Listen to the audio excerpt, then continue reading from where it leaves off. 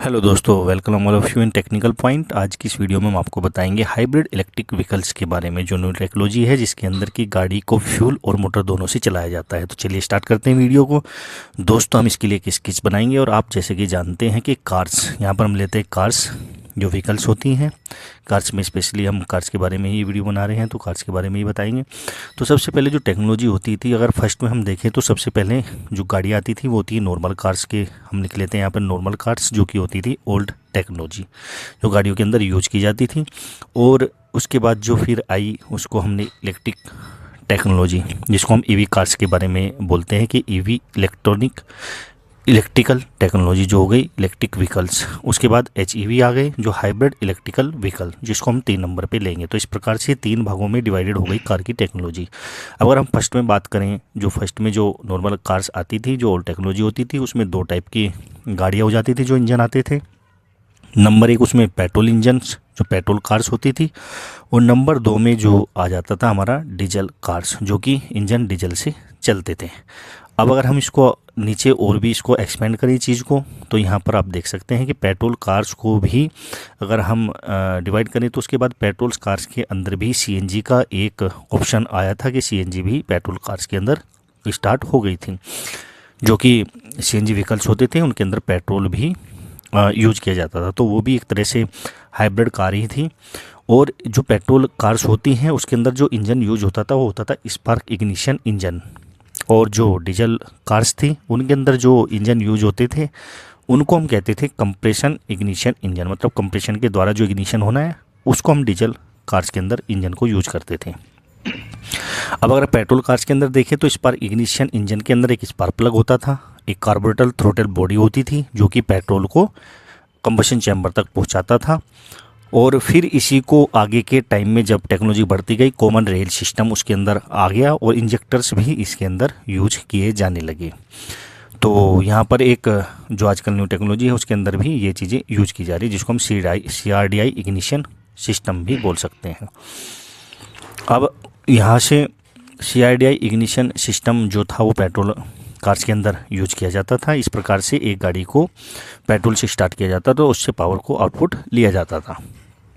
जो diesel cars होती थी उसके अंदर जो कंप्रेशन था वो पिस्टन के द्वारा जो कंप्रेशन क्रिएट होता था उसी को यूज किया जाता था कंबशन चैम्बर के अंदर फ्यूल को इग्नाइट करने के लिए। वहाँ पर एक इंजेक्टर लगा होता था, एक ये फ्यूल पंप लगा होता था, और साथ ही साथ पिस्टन के ऊपर इंजेक्टर से इंजेक्ट करके वहाँ पर कंप्रेशन के द्वारा इसको बॉम्बार्ड किया जाता था और वहाँ से पावर इंजन से हमें मिलती थी। क्योंकि कंप्रेशन इंजन जो डीजल का जो कंप्रेशन पॉइंट है वो ज़्यादा होता था, हाई होता था, इसलिए यहाँ पर हम कंप्रेशन इंजन को यूज करते थे और ज़्यादा इफेक्टिवली होते थे ये comparison of petrol engines. Then ये 2 इंजन की हमने बात कर ली है, और जो टेक्नोलॉजी होती थी उसके बाद हम आ जाते हैं EV इलेक्ट्रिक व्हीकल्स। उसके बाद आ गई इलेक्ट्रिक व्हीकल्स, क्योंकि फ्यूल की जो शॉर्टेज थी या फ्यूल के प्राइजेज हैं वो हाइक हो गए, तो एक नया आइडिया जो आया, टेक्नोलॉजी में क्रांति आई इसके अंदर, और तो फिर इन्होंने एक नई टेक्नोलॉजी लेके आए जिसको हम इलेक्ट्रिक टेक्नोलॉजी कहते हैं।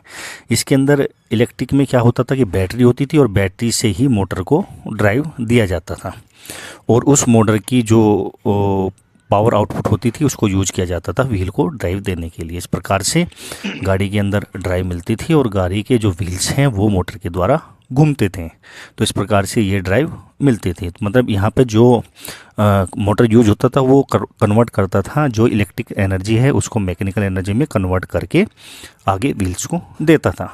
तो यहाँ पर हम देखें तो यहाँ पर बैटरी यूज होती थी जो कि, और एक मोटर यूज होता था इस प्रकार से, और मोटर को ड्राइव मिलती थी बैटरी से। देन वो ड्राइव आगे जाती थी हमारे गियर बॉक्स के अंदर, और ये गियर बॉक्स को अगर हम दे दें यहाँ से ड्राइव, उसके बाद ये ड्राइव आगे निकल जाती थी व्हील्स के अंदर। तो इस प्रकार से ये जो पावर फ्लो होती थी यहाँ पर, इस प्रकार से ये पावर फ्लो होती थी और गाड़ी को ड्राइव मिलती थी इलेक्ट्रिक व्हीकल्स के अंदर। इसकी कुछ एडवांटेज थी तो कुछ डिसएडवांटेज भी इनके अंदर थे। तो हमेशा टेक्नोलॉजी के अंदर ये चीज़ें आती रहती हैं, और यही है कि परिवर्तन ही प्रकृति का नियम है, और चलते रहें, परिवर्तन करते रहें तो चीज़ें हमें और अच्छी मिलती हैं। तो उसी चीज़ को दायरे में रखते हुए आगे फिर नई टेक्नोलॉजी आती है। तो यहाँ पर अगर हम बात करें इसी प्रकार से स्केच के थ्रू, यहाँ पर एक इंजन होता था जो कि हम ओल्ड टेक्नोलॉजी है, उसके अंदर फिर एक क्लच होता था, एक गियर बॉक्स होता था और फिर व्हील्स के अंदर ड्राइव जाते थे जो कि पेट्रोल और डीजल इंजन होते थे। और अब ये हो गई। अब हम आ जाते हैं HEV, हाइब्रिड इलेक्ट्रिक व्हीकल, जिसके बारे में ये वीडियो था। तो अब ये क्या है कि अगर हम यहाँ से दिखाना चाहें आपको, जैसे हम ऊपर से आए थे तो यहीं पे हम नीचे से अगर ले लें तो दोनों टेक्नोलॉजी का जो मिश्रण है, जो EV टेक्नोलॉजी हो गई जो 2 नंबर पे थी और जो फर्स्ट नंबर पे, अगर इसको हम एक शुद्ध आसान भाषा में बोलें तो जो फर्स्ट जो ओल्ड कार्स होती थी और जो फिर EV कार्स होती थी, उनकी अगर मिश्रण को लिया जाए तो वो मिश्रण बनता है हमारा HEV, हाइब्रिड इलेक्ट्रिक व्हीकल्स। तो ये मतलब अगर हम बोल दें तो कम्बिनेशन ऑफ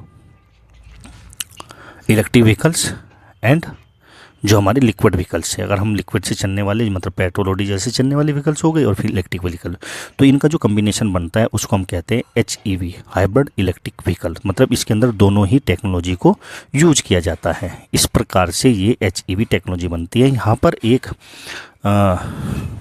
इंजन भी होता है।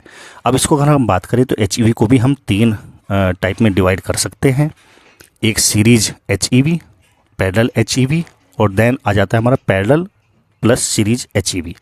अगर हम यहाँ पर बोलें तो सीरीज जो HEV होती है उसके अंदर एक मोटर को, बैटरी को यूज किया जाता है और नॉर्मल मतलब इंजन से ड्राइव जाएगी और वहाँ से ड्राइव जाएगी हमारे गियरबॉक्स में, गियरबॉक्स से आगे ड्राइव जाएगी व्हील्स के अंदर, वहाँ से बैटरी चार्ज होगी और बैटरी से भी वहाँ पर हमें ड्राइव मिलेगी। इस प्रकार से सीरीज काम करेगी। पैरेलल में काम करेगी तो वहाँ से ड्राइव जाएगी है व्हील्स के अंदर और सेम ड्राइव आपको मिलेगी, एक मोटर लगा दिया जाएगा और मोटर से हमारी बैटरी चार्ज होगी और वहाँ से फिर ये व्हीकल्स को मिलेगी इस प्रकार से।